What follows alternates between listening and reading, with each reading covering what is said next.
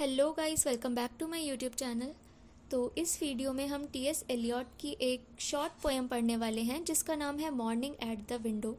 ये एक छोटी सी पोएम है जो कि एक मॉर्निंग सीन को कैप्चर करती है। तो हम ज़्यादा टाइम वेस्ट ना करते हुए अपनी पोएम को स्टार्ट करते हैं। और हाँ, एक और चीज़ कि अगर आपको मेरी स्पीड स्लो लगे तो यूट्यूब की सेटिंग्स पे स्पीड का ऑप्शन होता है, वहाँ पे जाके स्पीड फिक्स कर लेना अपने अकॉर्डिंग। ओके, तो स्टार्ट करते हैं। इस पोएम के जो स्पीकर हैं वो ऑब्ज़र्व करते हैं कि जो गरीब लोग हैं उनकी लाइफ कितनी ज़्यादा मिजरेबल है। उनके ऊपर इतना ज़्यादा बर्डन है, इतनी रिस्पॉन्सिबिलिटी है कि उनके चेहरे पर खुशी और हंसी बहुत ज़्यादा रेयर है। उनकी आंखों में हमेशा एक नमी सी दिखेगी, उनकी सैडनेस दिखेगी उनकी आंखों में, जो कि दिखाता है कि हर एक दिन उनके लिए कितना ज़्यादा डिफ़िकल्ट है।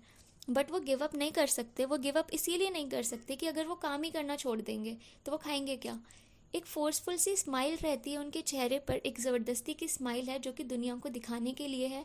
बट इन रियल उनकी आंखों में एक सैडनेस है, एक लोनलीनेस है, जो कि दिखा रहा है कि उनकी लाइफ कितनी ज़्यादा डिफ़िकल्ट है, बिल्कुल भी ईजी नहीं है। इस पोएम में लोनलीनेस को, feeling of failure and poor people की डिफ़िकल्टी को बताया गया है। तो अब हम यहाँ से अपनी पोएम को स्टार्ट करते हैं। हमारा फर्स्ट स्टैंजा है, they are rattling breakfast plates in basement kitchens, and along the trampled edges of the street, I'm aware of the damp souls of housemaids sprouting despondently at area gates. यहाँ पर जो first line का जो first word है दे, ये housemates को बोला गया है जो घर पे क्लीनिंग का काम करती हैं, कुकिंग का काम करती हैं।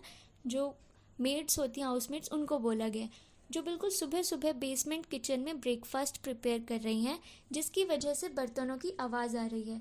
ये जो रैटलिंग है, रैटलिंग मीन्स जो बर्तन की आवाज़ आ रही है उसे बोला गया। जो हाउसमेट्स हैं उनकी सोल यानी उनकी आत्मा बहुत ज़्यादा दुखी है, होपलेस है, रिस्पॉन्सिबिलिटीज़ के नीचे दबी हुई हैं। स्प्राउटिंग डिस्पोंडेंटली एट एरिया गेट्स, इसका मतलब है, स्प्राउटिंग क्या होता है? स्प्राउटिंग मतलब होता है जो सीड्स में से पौधा उगकर ज़मीन से ऊपर आते हैं, इस प्रोसेस को स्प्राउटिंग कहते हैं। स्प्राउटिंग है, इसको यहाँ एज अ मेटाफर यूज़ किया गया है फॉर हाउसमेट्स।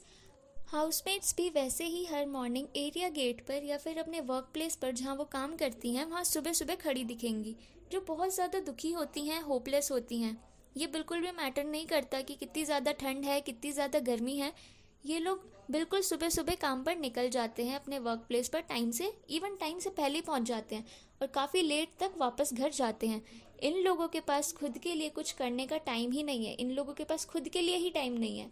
सुबह चले जाते हैं और लेट तक घर आते हैं, फिर अगले दिन वही सेम काम उनको रिपीट करना है। इसीलिए ये लोग इतने ज़्यादा सैड हैं, इतने ज़्यादा होपलेस हैं। ऐसा लग रहा है जैसे ये लोग ये सब काम नहीं करना चाहते और ऐसे अपर क्लास लोगों के नीचे दबके नहीं रहना चाहते, बट इनके पास और कोई ऑप्शन है ही नहीं।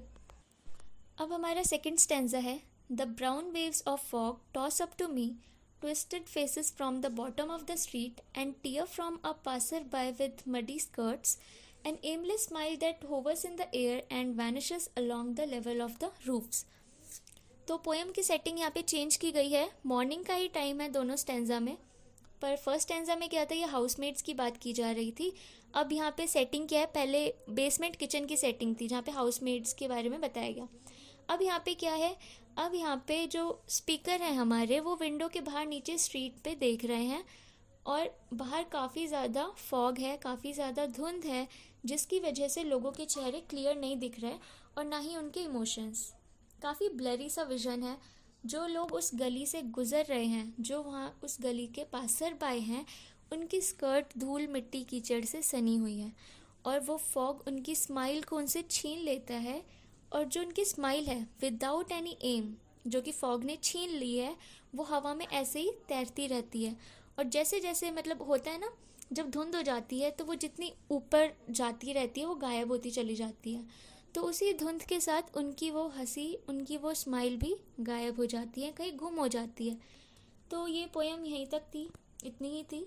अगर कुछ भी डाउट हो तो मुझसे कमेंट सेक्शन में पूछ लेना। अच्छी लगे तो like, share and comment. Thank you so much.